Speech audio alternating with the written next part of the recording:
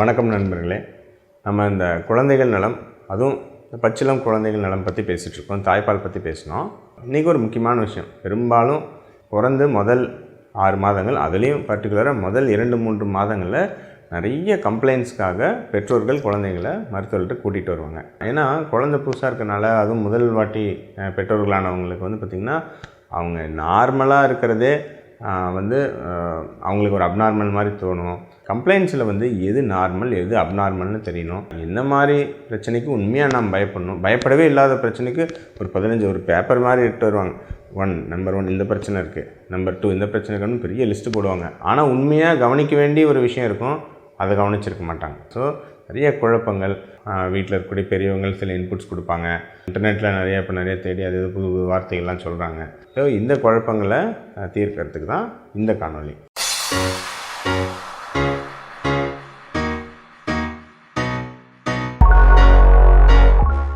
முதல்ல பிறந்ததுலேருந்தே ஆரம்பிப்போம். பிறந்து 2-3 நாட்கள், முதல் 1-2 நாட்கள் உங்களுக்கு ஃபீடிங் ரொம்ப கம்மியாக குடிக்கிற மாதிரி தெரியும். ஏன்னா உண்மையாகவே தாய்ப்பால் சுரக்கிறதே இந்த கொலஸ்ட்ரால்னு சொல்லக்கூடிய சீமல் ரொம்ப கம்மியாக தான் சுரக்கும் அளவு. ஆனால் அது குழந்தைக்கு தேவையான அளவு இருக்கும். ஸோ அதனால் பால் சுரக்கலை அப்படின்னு ஒரு கம்ப்ளைண்ட் சொல்ல தேவையில்லை. நம்பர் 1. அதே மாதிரி முதல் 1-2 நாட்களில் பார்த்திங்கன்னா உங்களுக்கு இது இருக்கும். அதாவது யூரின் பார்த்திங்கன்னா கொஞ்சம் கம்மியாக தான் போவாங்க. சரிங்களா? ஏன்னா இந்த ஃபீடிங் வால்யூம் கம்மியாக இருக்கனால யூரின் கொஞ்சம் குறைவாக போவாங்க. அதுவும் நேச்சுரல் தான். அதை உடனே ஒரு நோயின்னு நம்ம எடுத்துக்க தேவையில்லை. ஒரு 2வது 3வது நாட்களில் யூரின் நல்லா ஃப்ரீயாக போக ஆரம்பிப்பாங்க. ஸோ அதுக்கு பயப்பட தேவையில்லை. 3வது பிறந்து ஒரு முதல் வாரத்தில் பார்த்திங்கன்னா நிறைய உடம்புல சிவப்பு புள்ளிகள் மாதிரி தோன்றலாம். அது எரித்திமா டாக்ஸிகம்னு சொல்லுவோம். அது இயற்கையாக குழந்தைங்களுக்கு வரது தான். அது சரியாயிடும். அது யூஸ்வலாக அந்த மாதிரி இருக்கும்போது நீங்கள் மருத்துவமனையில் தான் இருப்பாங்க தாய்மார்கள். ஸோ அது நார்மலாக இல்லையா அப்படிங்கிறது மருத்துவர்கிட்ட நீங்கள் கேட்டு தெளிவுபடுத்திக்க முடியும். அப்புறம் பிறந்து முதல் வாரத்தில் எல்லா குழந்தைங்களுக்கும் காமாலை வரும். சரிங்களா? ஒன்று நிறைய பேர் காமாலைன்னா அதை பெரிய மஞ்சள் காமாலை, அது அம்மா முட்டை சாப்பிட்டாங்க ஏதோன்னு சொல்லுவாங்க. அதெல்லாம் கிடையாது. இது இம்மெச்சூரிட்டி அப்படின்னு சொல்லுவோம். நம்ம உடம்புல இருக்கக்கூடிய நம்ம கல்லீரல் தான் பிலிருபின் அப்படிங்கிற கெமிக்கலை வெளியேற்றுது. அந்த பிலிருபின் உடம்புல அதிகமாகும்போது காமாலை வருது. குழந்தைங்களுக்கு காமாலை வரதுக்கு காரணம் கல்லீரல் பாதிப்புலாம் கிடையாது. அந்த வெளியேற்றக்கூடிய மெக்கானிசம் என்ன மெச்சூர் ஆகலை, அவ்வளோதான்.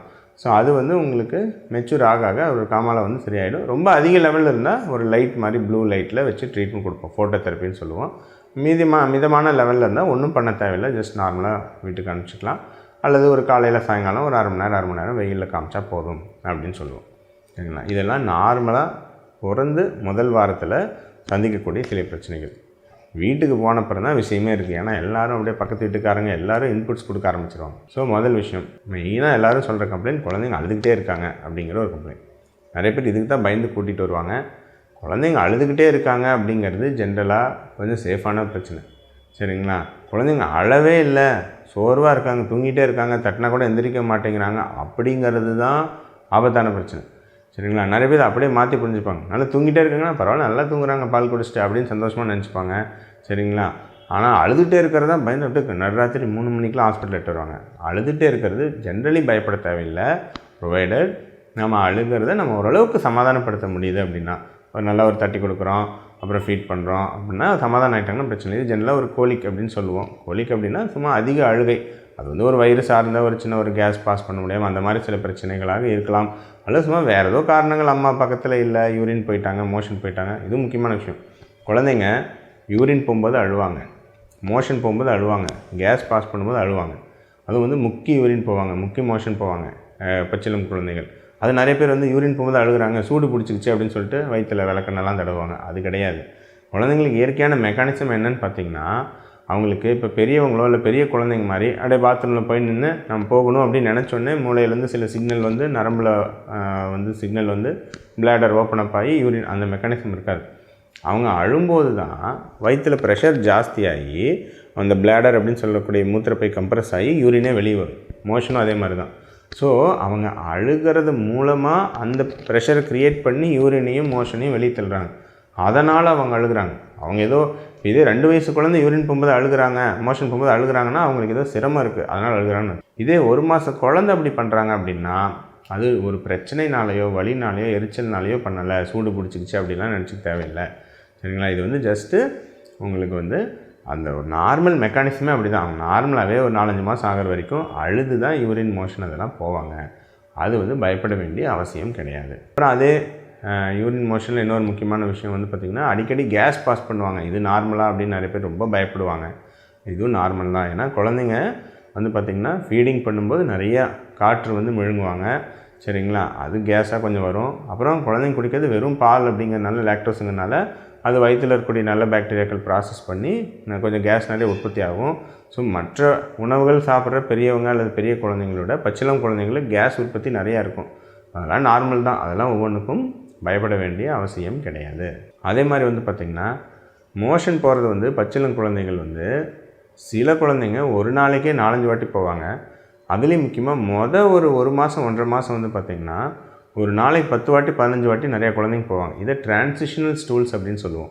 அதாவது இன்னும் வயிறு இன்னும் திடமான கழிவு வந்து வெளியேற்றுறதுக்கு இன்னும் முதிர்ச்சி அடையலைன்னு அர்த்தம். ஸோ இதை நிறைய பேர் பாவம் அந்த அம்மா மேலே பழி போட்டுருவாங்க. நீ பூண்டு சாப்பிட்ட, போண்டா சாப்பிட்ட, உருளைக்கிழங்கு சாப்பிட்ட, கீரை சாப்பிட்ட அப்படி இப்படின்னு ஒரு பெரிய லிஸ்ட்டு போட்டு, நீ இதெல்லாம் சாப்பிட்றதுனால தான் அந்த குழந்தை இப்படி போயிட்டுருக்கு அப்படின்னு ஒரு அம்மா மேலே பாவம் பழி போட்டுருவாங்க. உடனே அந்த அம்மா எதுவுமே சாப்பிடாம வெறும் ரசம் சாதம் சாப்பிட்டுருப்பாங்க. அப்புறம் குழந்தைக்கு எந்த சத்தும் கிடைக்காது. சரிங்களா? அம்மா சாப்பிடக்கூடிய உணவுக்கும் இதுக்கும் சம்மந்தமே கிடையாது. எல்லா குழந்தைங்களுக்கும் ஒரு மாதம் 1.5 மாதம் அந்த மாதிரி போகும். சரிங்களா? அப்புறம் ஒரு மாதம் 1.5 மாதம் ஆனோடனே அது நார்மல் ஆகிவிடும். ஸோ அம்மா இதுக்காக நீங்கள் பழி போட்டு நீங்கள்லாம் ஏகப்பட்ட உணவு அங்கே ரெஸ்ட்ரிக்ட் பண்ணிட்டீங்கன்னா உண்மையாகவே தாய்ப்பாலில் எந்த சத்தும் குழந்தைக்கு கிடைக்காம போயிடும். ஸோ அந்த தவறு பண்ணக்கூடாது. அம்மா மேலே பழி போடாதீங்க. அம்மாவுக்கு எல்லா மாதிரியான உணவும் கொடுங்க. நான்வெஜ்ஜோ புரதங்களோ எல்லாமே கொடுக்கலாம். எந்த ரெஸ்ட்ரிக்ஷன்ஸும் கிடையாது. ரொம்ப காரசாரமான உணவுகள் மட்டும் அம்மாவுக்கு வேண்டாம். ஏன்னா ரேராக அதில் வந்து இந்த கேப்சைன்னு சொல்லக்கூடிய அந்த கெமிக்கல் சம்டைம்ஸ் பிரெஸ்ட் மில்கில் சுரக்கிறதா சில ஆராய்ச்சிகள் இருக்குது. குழந்தைக்கு அது சில அசௌகரியம் ஏற்படுத்தலாம். சரிங்களா? இந்த அடிக்கடி மோஷன் போகிறது பிரச்சனை இல்லை, நாளடைவில் சரியாகிடும். ஸோ ஒரு பக்கம் இப்படி இருக்குது அப்படின்னா, 4-5 நாளைக்கு ஒருக்கும் மோஷன் போகிறாங்களே அது இன்னும் பிரச்சனைங்க. 3 நாள் மோஷன் போகலனாவே ஏதோ ஒன்று பண்ணிகிட்ருப்பாங்க. விளக்கெண்ணெய் கொடுத்துருவாங்க. சரிங்களா? அப்புறம் வந்து என்னென்னமோலாம் பண்ணுறாங்க. ஆசன வாயில் வந்து ஏதோ வேப்பிலை வச்சு புகை பிடிக்கிறாங்க. என்னென்னமோ புதுசாக பண்ணுறாங்க. இதெல்லாம் ரொம்ப டேஞ்சரஸ் ஆக்சுவலாக. விளக்கெண்ணெய் வாயில் பச்சிளம் குழந்தைக்கு கொடுத்தா அவங்களால முழுங்க முடியாது. அது நிறைய டைம் ஏறி நுரையீரலுக்கு போயிடும். நுரையீரலுக்கு போய்ட்டு லிப்பாய்டு நிமோனியான்னு வருங்க. அது வந்து காப்பாற்றவே முடியாத அளவுக்கு ஒரு தீவிரமான நெஞ்சு சளியை ஏற்படுத்திடும் நிமோனியா. சரிங்களா? அதனால் உயிரிழப்புகள் கூட நான் அரசு மருத்துவமனைகள்லாம் வேலை செய்யும்போது நான் பார்த்துருக்கேன். சரிங்களா? அந்த தவறு பண்ணிடக்கூடாது. சரிங்களா? ஏன்னா பச்சிளம் குழந்தைகள் குடிக்கிற பாலில் 85% தண்ணீர் தான். திடப்பொருளே 15%. அந்த 15%ம் நல்லா ஜீரணமாகி குழந்தைங்க வயிறு உறிஞ்சுக்கும். ஸோ மோஷனே பெருசாக உருவாகாது. நம்மளை மாதிரி அவங்க காய்கறி கீரை அதெல்லாம் சாப்பிட்றதில்ல. கழிவே பெருசாக உருவாகாது. அதனால் சில குழந்தைங்க ஒரு நாளைக்கு 4-5 வாட்டியும் போவாங்க. சில குழந்தைங்க ஒரு வாரத்துக்கு ஒருக்க 10 நாளைக்கு ஒருக்க நார்மலாக மோஷன் போகிற குழந்தைங்க இருப்பாங்க. சரிங்களா? ஆனால் அதுக்கு பயப்பட தேவையில்லை. சரிங்களா? அவங்க ஒரு வாரத்துக்கு ஒருக்க போனாலும் நல்லா கவனிங்க, சாஃப்டாக தான் வரும், கல் மாதிரி வராது. ஸோ உண்மையாக கல் மாதிரி வருதுன்னா மட்டும்தான் அது மலச்சிக்கல். அது பெரிய குழந்தைங்களுக்கு வருது. பச்சிளம் குழந்தைகள் ஒரு வாரத்துக்கு ஒருக்க மோஷன் போனாலும் நார்மலாக தான் வரும். ஸோ அதை வந்து நீங்கள் அப்நார்மல் நினச்சிக்கிட்டு அதை சரி பண்ணுற பேர் வழின்னு விளக்கெண்ணெய் கொடுக்குறது அதை கொடுக்குறது அதில் தான் உண்மையாக குழந்தைக்கு நம்ம பாதகம் விளைவிக்கிறோம். என்னென்னலாம் நம்ம இமேஜின் பண்ண முடியுமோ எல்லாமே பண்ணிட்டு வராங்க இந்த மோஷன் போகாத பிரச்சனைக்கு. அந்த தவறும் பண்ணக்கூடாது. மோஷன் போகிறத பற்றி ரொம்ப பயப்பட வேண்டாம். அப்புறம் தோலில் சரும பாதிப்புகள் நிறைய சின்ன சின்ன பிரச்சனைகள் வரும். வேர்வை கொப்பளங்கள் வரும், மிலியாரியான்னு சொல்லுவோம். சரிங்களா? சின்ன சின்ன ஒயிட் பேச்சஸ் வரும். சரிங்களா? ஸோ அதெல்லாம் நார்மல். சரிங்களா? லைட்டாக வந்து வறண்ட சருமம் வரும். அதெல்லாம் நார்மல். அதெல்லாம் தானாக சரியாயிடும். அதிகபட்சம் வறண்ட சருமம் இருந்தால் கொஞ்சம் தேங்காய் எண்ணெய் இருக்கலாம். ரொம்ப சிவியரான வறண்ட சருமம் இருந்தால் மருத்துவர் கேட்டிங்கன்னா கொஞ்சம் மாய்ஸ்சரைசிங் லோஷன் அது மாதிரி எழுதி கொடுப்பாங்க. மற்றபடி சருமத்தில் நிறைய சின்ன சின்ன பிரச்சனைகள் வரும். ஒவ்வொன்றும் பயப்பட தேவையில்லை. அப்புறம் மோஷன் போகிற இடத்துல அடிக்கடி இந்த மோஷன் போகிற பிரச்சனைகள் இருக்கும்போது கொஞ்சம் ரேஷஸ் வரலாம். அந்த மாதிரி ஏதாவது இருக்குது அப்படின்னா கொஞ்சம் டயப்பர் அந்த டைமில் மட்டும் போடக்கூடாது. டயப்பர்லாம் அந்த டைமில் கொஞ்சம் வேறு ரேஷ் க்ரீம் அந்த மாதிரிலாம் இருக்கும், மருத்துவர் எழுதி தருவாங்க. அது போட்டால் சரியாயிடும். கொஞ்சம் ஓப்பனாக விட்டாவே நார்மலாகிடும். ஸோ இதெல்லாம் நார்மலாக இயற்கையாக முதல்ல இருக்கக்கூடிய பிரச்சனைகள். ஸோ நார்மலாக குழந்தைங்க அழுகிறது, மோஷன் போகும்போது அழுகிறது, யூரின் போகிறது, இதெல்லாம் இயற்கை. அதே மாதிரி இன்னும் ஒரு 2 மாதம் இந்த 1 மாதம் 1.5 மாதம் ஆகும்போது ஒரு காமன் வரும். குழந்தை போட்டு உடம்பெல்லாம் போட்டு முறுக்கிட்டே ஒரு மாதிரி முக்கிட்டு முனக்கிட்டே இருப்பாங்க. அதுக்கு நிறைய பேர் பயந்து குழந்தைய கூப்பிட்டு வருவாங்க. இதுவும் இயற்கையானது. சரிங்களா? நார்மலாக குழந்தைங்க போட்டு உடம்பெல்லாம் போட்டு முறுக்கிறது. இப்போ நாம் அப்படியே சும்மா இருந்தால் அப்படியே ஜாலியாக அப்படியே சேரில் உட்காந்து காலாட்டிகிட்டு இருப்போம் இல்லைங்களா? அந்த மாதிரி நாம் காலாட்டுற மாதிரி அந்த குழந்தைங்க அவங்களோட பிரெயின் மூமெண்ட்டே பிரெயின் சிக்னல் படி அப்படியே உடம்பெல்லாம் போட்டு முறுக்கிட்டு ஒரு மாதிரி பண்ணிகிட்ருப்பாங்க. ஒரு மாத குழந்தை அப்படியே மூஞ்செல்லாம் அப்படின்னு நினச்சிட்டு அப்படின்லாம் பண்ணிகிட்ருப்பாங்க. காமெடியாக இருக்கும். ஆனால் இதெல்லாம் வந்து இயற்கையானது. சரிங்களா? இது வந்து நிறைய டைம் வந்து அகெயின் அதே அம்மா தான் இருக்காங்கல்ல பழி போடுறதுக்கு. நீ இதை சாப்பிட்ட அதனால தான் குழந்தை ரொம்ப கஷ்டப்படுறான் மோஷன் போகாமல், அது ஏதோ ஒன்று உள்ள கேஸ் இருக்குது, மாட்டிக்கிச்சு, அடைச்சிக்கிச்சு, ஏதோ ஒன்று பயப்படுவாங்க. ஸோ இது எல்லாமே பயப்பட தேவையில்லை. ஸோ இதுவும் குழந்தைக்கு இயற்கையானதான். ஸோ பெரும்பாலும் சந்தேகங்கள் பால் குடிக்கிறது, இந்த யூரின் போகிறது, மோஷன் போகிறது, அழுகிறது, சரிங்களா, இந்த உடம்பெல்லாம் போட்டு முறுக்கிறது, இந்த மாதிரியான இதில் தான் நிறைய குழப்பங்கள் வருது. இதெல்லாம் பெரும்பாலும் நார்மலான கம்ப்ளைண்ட்ஸ் அப்படிங்கிறது முதல்ல தெரிஞ்சுக்கணும். அப்போ உண்மையாக பயப்பட வேண்டிய அப்புறம் அதே மாதிரி இன்னொரு முக்கியமான விஷயம் கதக்கிறது, பால் கதக்கிறது. சரி, நிறைய பேர் எட்டு வருவாங்க. கதக்கிறது இயற்கையானது, பயப்படவே தேவையில்லை. சரிங்களா? ரொம்ப அப்படியே ஏப்ப எடுக்கணும் அதெல்லாம் அவசியம் இல்லை. ஏப்ப எடுக்கலைனாலும் அது கொஞ்சம் கதக்க தான் செய்வாங்க. ஏன்னா நம்ம உணவு குழாயும் நம்ம வயிறும் ஜாயின் ஆகிற இடத்துல ஒரு வேல்வ் இருக்கும். சரிங்களா? அந்த வேல்வ் வந்து அந்தளவுக்கு முதிர்ச்சி அடைஞ்சிருக்காது பச்சிளம் குழந்தைங்களுக்கு. அதனால் ஈஸியாக இப்படி போகிற உணவு எப்போ வேணாலும் இப்படி வரலாம். ப்ளஸ் அவங்க படுக்கிறதும் வந்து ஃப்ளாட்டாக தான் படுத்திருக்காங்க, நம்மளை மாதிரி உட்காந்து நடக்கிறது கிடையாது. இந்த மாதிரி நிறைய காரணங்கள்னால ஈஸியாக உங்களுக்கு ரீகஜிடேஷன் சொல்லக்கூடிய கதக்குதல் நடக்கலாம். சில சமயம் அது வாந்தி மாதிரியே கூட பண்ணிடுவாங்க. அதுக்கு ஜென்ரலாக நாங்கள் மருந்துகள் கொடுக்க மாட்டோம். வாந்தி மருந்துலாம் கொடுக்கணுன்னு அவசியம் கிடையாது. ஸோ அதுக்கு யூஸ்வலாக வந்து என்ன அப்படின்னு வந்து பார்த்திங்கன்னா உங்களுக்கு நம்ம வந்து வெயிட் பண்ணுவோம். ஏதாவது கம்மியாக ஏறுறாங்களான்னு பார்ப்போம். இந்த கதக்கிற பிரச்சனை வாந்தினால வெயிட்டு கம்மியாக ஏறுறாங்கனாலோ அல்லது கதக்கும்போது புறப்போகுது, இருமல் வருது, அந்த மாதிரி ஏதாவது பிரச்சனை இருந்தாலோ அதுக்கு மருத்துவ சிகிச்சை கொடுப்போம். இல்லாட்டி இதெல்லாம் தேவையில்லை. இதுக்கெல்லாம் பயப்படணும் அப்படிங்கிறது தெரியணும். ஸோ குழந்தைங்க அழுகாமல் தூங்கிட்டே இருக்காங்க. நார்மலாக தூங்குறது ஓகே. ஒரு நாளைக்கு குழந்தைங்க வந்து 16 to 18 மணி நேரம் கூட தூங்குவாங்க. ஆனால் நடுவில் எந்திரிச்சு நல்லா ஃபீட் பண்ணிக்கிறாங்கன்னா ஓகே. தூங்கிட்டே இருக்காங்க, எழுப்பினாலும் எந்திரிக்க மாட்டேங்கிறாங்க, அப்படியே லெத்தார்ஜின்னு சொல்லுவோம். அந்த மாதிரி இருந்தால் உடனடியாக மருத்துவர்கிட்ட கூப்பிட்டு போகணும். நம்பர் 1. 2வது, தீவிரமான வாந்தி, தொடர் வாந்தி, பயங்கரமாக வெயிட்டே ஏற மாட்டேங்கிறாங்க, பயங்கர வாந்தி இருக்குது. அதுலேயும் பார்த்திங்கன்னா உங்களுக்கு பித்த வாந்தி மாதிரி பச்சை கலராக வாந்தி போகிறாங்க அப்படின்னா வயிறில் டெஃபினட்டாக ப்ராப்ளம், மோஷன் வேறு போகலை, அது மாதிரிலாம் வாந்தி இருக்குன்னா வயிறு சார்ந்த குடல் சார்ந்த ஏதாவது பிரச்சனைகள் இருக்கலாம். ஸோ இது நீங்கள் மருத்துவர்கிட்ட உடனடியாக கூப்பிட்டு போகணும். ரொம்ப அளவுக்கு அதிகமான அழுகை, அதாவது சமாதானமே படுத்த முடியலங்கிற மாதிரி அழுகை இருந்தால் நிறைய டைம் வயிறு வலி இருக்காது, வேறு ஏதாவது காது வலி, காது இன்ஃபெக்ஷன், சரிங்களா, அந்த மாதிரி சில பிரச்சனைகள் இருக்கலாம், கூட்டிகிட்டு போகணும்.